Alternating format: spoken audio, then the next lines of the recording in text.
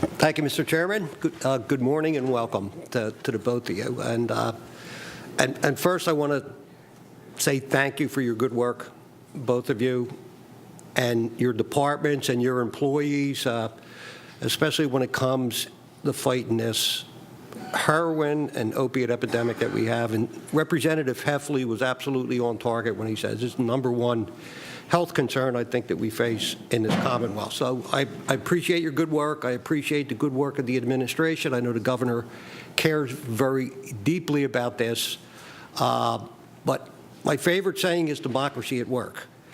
And my questions are going to be for Ellen, for you, and we've had 2 conversations over this, and I have a lot of serious concerns about this change and transition from this placement criteria, level of care, from the PCPC, which we've been using here in Pennsylvania since 1988, and your proposal, or you're starting to do it, transition to this ASAM criteria.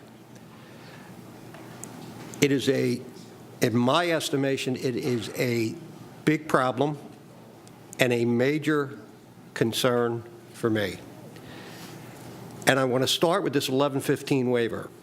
And some of what I've heard is that you understood that you had to, as part of this 1115 waiver on IMD, which agreed is a very, very important, critical issue to the state. It means $180 million for Medicaid patients for drug and alcohol. And your estimation was that you had to put the change to the ASAM in the 1115 waiver. I have a letter from CMS that stated November 1st, 2017, which in my estimation clearly states that you do not, it is not a requirement to use the ASAM. I was also told that in November, it was too far along the 1115 waiver to change it. Now, I understand you submitted the waiver in February of 2018. So from the 1st of November, when you got this letter, to when you submitted the waiver, you had actually 3 months. And these are not just concerns of mine. These are concerns of many in the people that I've talked to in the field, the clinicians. Let's remember, this deals with Medicaid, and these are our most poorest, deteriorated people in crisis that we deal with. And to change something that's been in place for 30 years, and most people that I talk to is working really well, and to change this right now in the middle of this epidemic and retrain thousands of people across the state of Pennsylvania to retrain them just absolutely makes no sense to me. And also, and we've talked twice about this, I think you're in violation of Act 152 of 1988. And it clearly states in Act 152 that you developed and not adopt. And it appears to me that you are adopting new criteria. And if you could very briefly explain, I mean, briefly, because I only got a couple of minutes, and I've got a couple other points I'd like to make. Well, as Representative DiGirolamo has said, we've had a number of conversations on this particular issue. So for the benefit of the other folks on here today, I just want to give a little bit of the information that I've shared. First of all, the change that we are making is to what is called the client placement evaluation tool. And so we believe that this is the important step to make for a variety of reasons. Number one, first of all, this is not a new tool to Pennsylvania. This is a tool that is already used for all adolescents on the substance use disorder side. There was a separate tool that was used on the adult side. That's where we're making the changes for the adults. This is also a tool that is used by a number of private insurers as their requirement for assessing the level of care for individuals. And this is also a tool that is used by 32 other states in the nation as their client placement tool for this particular thing. Yep. So a couple of the reasons why we think this is really important. First of all, this is broader in our mind than just a change to a placement tool. This is really part of a larger look at our system and really a significant transformation of how our system will work.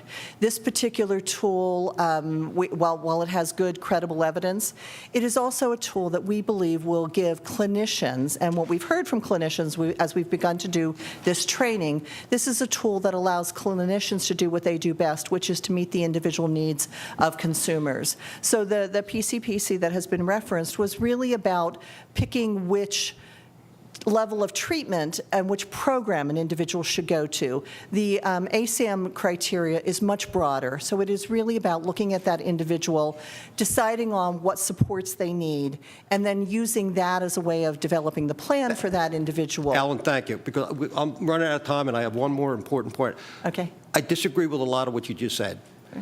A lot of the states, as a matter of fact, my investigation, half of the states use their own placement criteria, not the ASAM.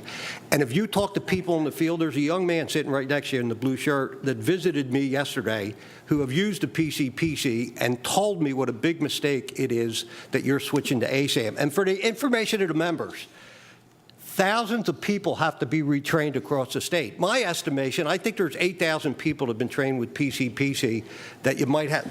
Here is the book that they're using to retrain thousands of people who are clinicians. 460 pages. 400. I'd like to be the company that sells this book. I can only imagine how much this costs if every person needs one of these books. 460 pages. Look at this book. That's what they're using to train the people in the field in every one of our districts who have been using something for 30 years. It's been working well. It's our Medicaid patients. This makes absolutely no sense at all to me. And I looked through this book last night, Alan. This stuff is so technical. I mean, I don't know how anybody could understand some of this stuff, little less learn it.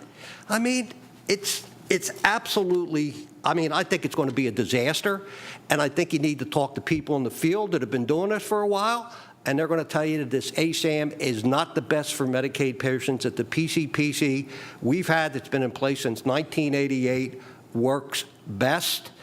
And as I told you yesterday, I'm going to continue to push, and I know you've already started the training. Right? You've trained 400 people already. You've already started the training. I'm going to continue to push to stop the training, go back to the PCPC. And one final question, Mr. Chairman. The cost of doing this, and we've talked about this, and you say it's not going to cost you anything, the department. You're pushing the costs out to the SCAs, to the MCOs. How much is this going to cost? I can't believe you started doing this and don't have any internal estimate for how much this is going to cost. Do you have a cost estimate for how much this is going to cost? Well, and again, as I think we spoke yesterday, that while most of these trainings are happening by our behavioral health MCOs and some support from the single county authorities, this is a part of the ongoing business of doing good clinical work, and that we think that the cost associated with this training is training costs that we have all the time in the field. So this is not an additional expensive burden on the MCOs. They do training all the time, and the MCOs have been a really good partner in terms of this, as have the SCAs. We've received very positive feedback by all of those who have been through the training. There were a number of individuals who were involved in the initial decision to make this transition, and we do believe it is the right thing to do, both for the providers as well as for the consumers.